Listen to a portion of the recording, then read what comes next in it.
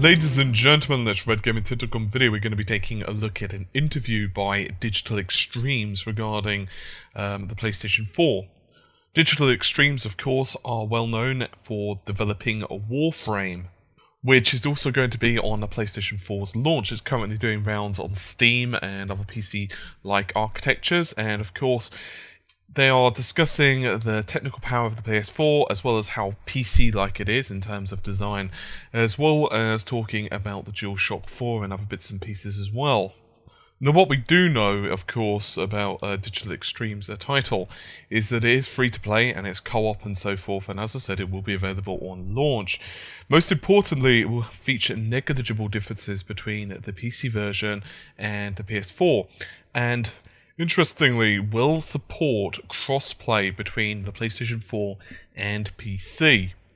There will be no content difference between the two builds. In other words, it will be seamless integration.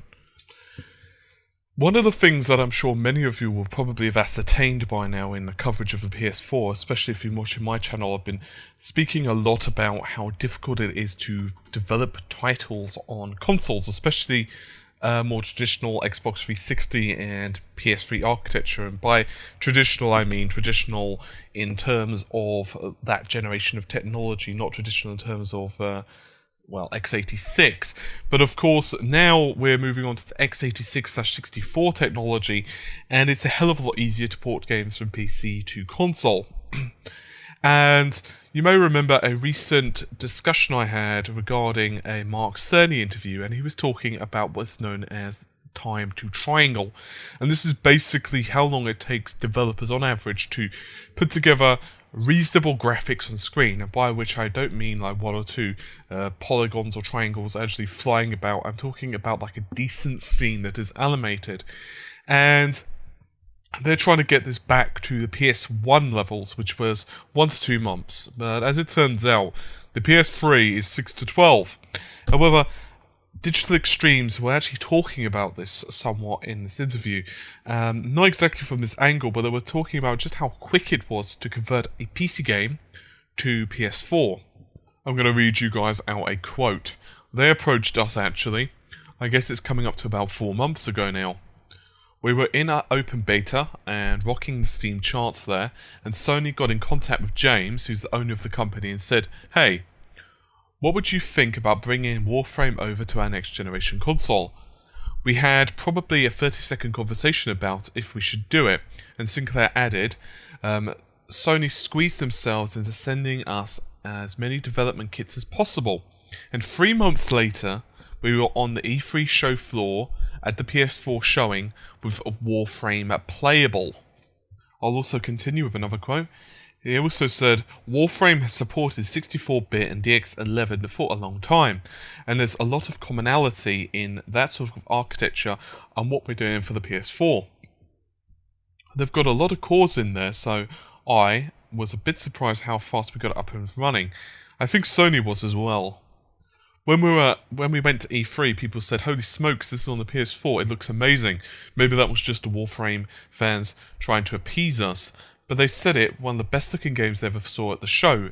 In 3 months' time, that's a testament to how developer friendly this version of the PlayStation is. It is absolutely awesome. What surprised me most is how kick-ass the GPU is. The graphics are super, super high-end. Meanwhile, he also spoke a little bit about the DualShock 4, which of course is very important in pretty much any title, the controller I mean, but it makes a special difference in an FPS, so this is what he had to say about it.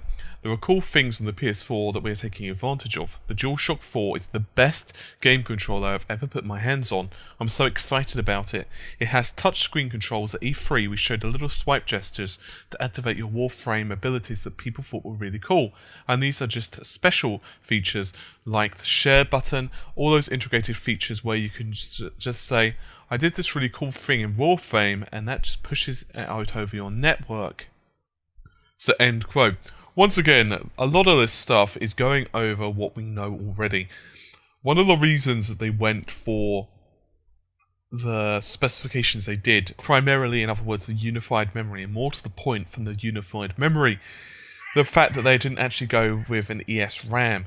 Now, originally, Early on in development, apparently, from what I understand from a Mark Cerny interview, and you guys should check it out, by the way, it's on YouTube. It's about, I don't know, 40 minutes or so you'll know which one it is. I can't honestly remember what it's called offhand, but it's pretty easy to find. Anyway,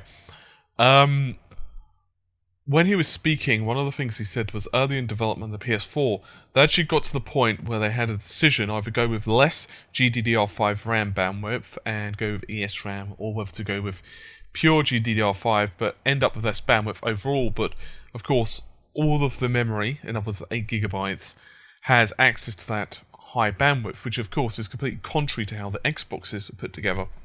Now, to be fair to Warframe and the PlayStation 4 and PCs, the actual specifications of what's required for the minimum requirements for the game are actually fairly low.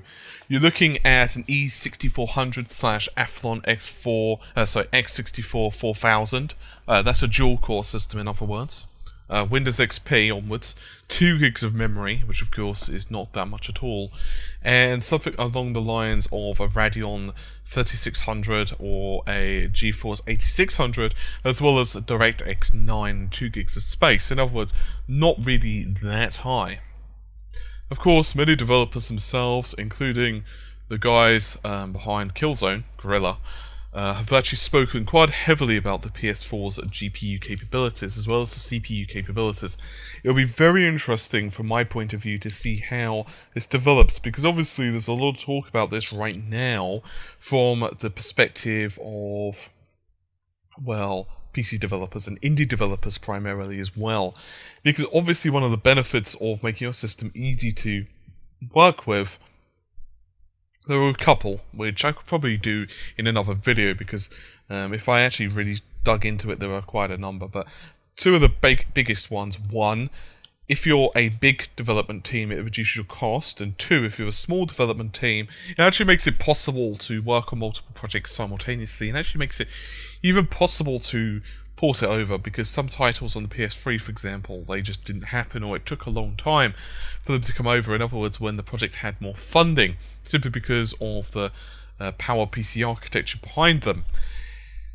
I think one thing is definitely for certain, though, developers are definitely loving the PS4. Now, it's worth noting the Xbox One itself has very similar architecture to the PS4 in many different ways, but one of the problems, of course, that many developers are having with it is the memory.